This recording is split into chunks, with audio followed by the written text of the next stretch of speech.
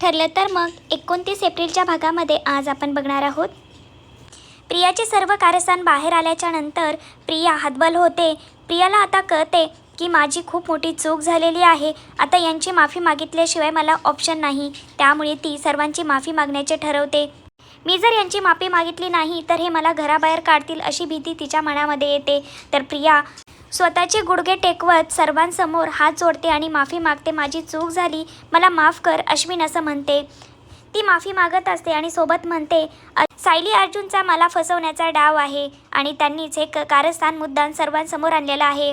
त्या दोघांना आपल्याला वेगळं करायचं आहे, त्यामुळेच त्यांनी हे सर्व काही प्लॅन केलेलं आहे। पण अश्विनला सर्व प्रियाचा खरा मुखवटा समोर आलेला असतो। ती कशी घाणेरड्या प्रकारचे कारस्थान रचते, ती कशा प्रकारे दुसऱ्यांकडून पैसे लुबाडते, कशा प्रकारे तिने मॅरिड मुलांना पण फसवलेलं आहे, या सर्व गोष्टी अश्विन समोर आलेल्या असतात। अश्विन आता तिच्या प्रेमाच्या आणि खोटं बोलण्याच्या बळी पडत नाही आणि तो बाकी घरच्यांवरती विश्वास ठेवतो। नाटकी प्रिया अश्विन समोर गुडघे टेकवत नाक घासत माफी मागत असते।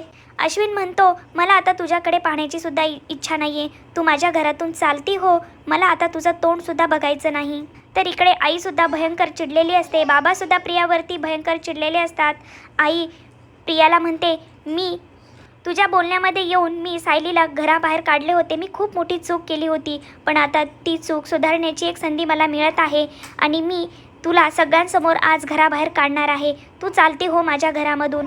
तर सायली आईंना म्हणते, आई तुम्ही तेवढं कष्ट करू नका, हिला हिची जागा मीच तिला दाखवणार आहे असं म्हणत सायली प्रियाच्या हाताला पकडते, तिला फरफटत ओढत बाहेर घेऊन जाते आणि तिला चक्क घराबाहेर काढते।